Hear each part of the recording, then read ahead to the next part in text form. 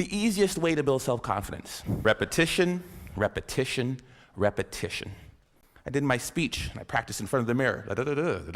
Hey, I'm sounding good. And then I read in front of my kids and my wife. I was like, oh gosh, got a little nervous. And then I get in front of Glenn Gould. Oh my goodness, I'm a little more nervous. By the time I get to the ACG, where I won't have a single ounce of nervousness because of my ability to practice. How many of us bail after the first bit of failure? You know how many publishers she took her Harry Potter book to? I believe the number was 12 or 13. I mean, 12 times somebody said no. Maybe it shouldn't be repetition. Maybe the answer should be persistence. So that's one way to build self-confidence. The other one is self-talk. We all have a self-talk tape that plays in our head. Anybody go shopping and put on a pair of pants this week? If you're a woman, the first thing that always comes, damn, I look fat in these pants. And if you're a man, it's the opposite. Oh God, I have no muscle, I'm so flabby. We need to get our own self-affirmations. Muhammad Ali, what was his self-affirmation? I am the greatest. That we need to reaffirm, I am the captain of my ship and the master of my fate. How do you build self-confidence?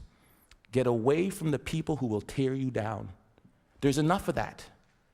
Because I make enough mistakes, and the newspapers will recognize it, and people around me will recognize it, and they'll tear me down.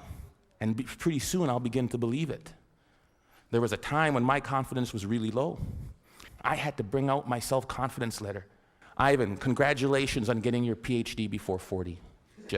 Good job on raising 3 good kids and marrying the right woman. If you'll watch, you'll see some athletes, they'll have a little bandage or a little brand around them. Lance Armstrong's a perfect one. He would move that from one arm to the next arm when doubt and fear came into his mind. We are coaches and educators. We are teachers. We are people who will create value in the world. I am a coach. I want you to score a goal. Ball went over high. Dang it, the ball went high. Thank you, coach, I know that. Feedback tells me that. Ignore what Johnny does wrong and find Bob or Sally or Frida over here. Great goal, Frida. I loved how you kept your knee low, you followed through, and you landed like this. Great job. Johnny, oh, great. Johnny's not demoralized. His confidence isn't shot. And what I've done is I've built up Frida's. Simple. Catch them when they're good. We forget it. It's simple. Here's what last and certainly not least.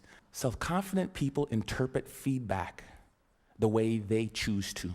I asked my son, who is by the far terrible athlete, how was the game? Oh, great. I scored 3 goals. I got 2 assists. I'm like, I did not see him touch the puck. But he has his own perception of how he did. If I could give you one thing to take from this, it is, no one will believe in you unless you do. We're supposed to be different, folks. And when people look at us, believe in yourself.